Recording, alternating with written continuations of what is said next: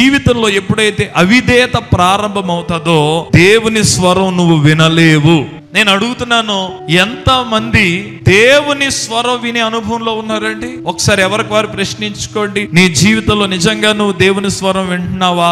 నువ్వు దేవుని ఎదుట అవిధేయమైనటువంటి క్రియలు చేసినప్పుడు, డిస్ఒబీడియన్స్, అవిధేయంగా నువ్వు ప్రవర్తించినప్పుడు దేవుని స్వరం నువ్వు వినలేవు. నా ప్రియమైన వాళ్ళారా, సౌలుతో ఆ దేవుడు మాట్లాడడం మానేశాడు. అతడు పిచ్చోడిగా సాక్ష్యం ఇస్తున్నాడు. ఇంకా మరొక సందర్భంలో అతడు ఏది వదిలేసుకున్నాడో మళ్ళా వాళ్ళ దగ్గరికే వెళ్ళి ఒకప్పుడు తను ద్వేషించిన వాటిని మరలా పట్టుకుంటున్నాడు. ఈరోజు మనలో ఎవరైనా ఉన్నారేమో, ఒకసారి ఆలోచించండి. నువ్వు ద్వేషించిన వాటినే మరలా కోరుకుంటున్నావేమో.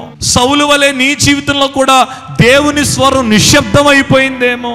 కారణం ఏంటంటే నువ్వు ఏదేదో పెద్ద పెద్ద పాపాలు చేయక్కర్లేదు. ఇదిగో అవిధేయత. దేవుణ్ణి పక్కన పెట్టి నా ఆలోచన జరిగిపోవాలి, నాకు అనిపించింది చేసేయాలి, నాకేది తోచుతే అది కరెక్ట్, అది కూడా దేవుడు పని అనుకుంటున్నావేమో.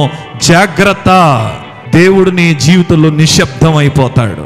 సౌలు జీవితంలో దేవుడు నిశ్శబ్దం అయిపోయాడు. ఎందుకు మౌనం అయిపోయాడంటే ఇదిగో దేవుని మాటకు చోట్లేదు. ఈరోజు నా ప్రశ్న, ఇక్కడున్న మనం అందరం దేవుని మాటకు చోటిస్తున్నామా? ఒక్కసారి నా ప్రసంగం వింటూ ఎవరికి వారు ఒక్కసారి ఆత్మ విమర్శ చేసుకోండి.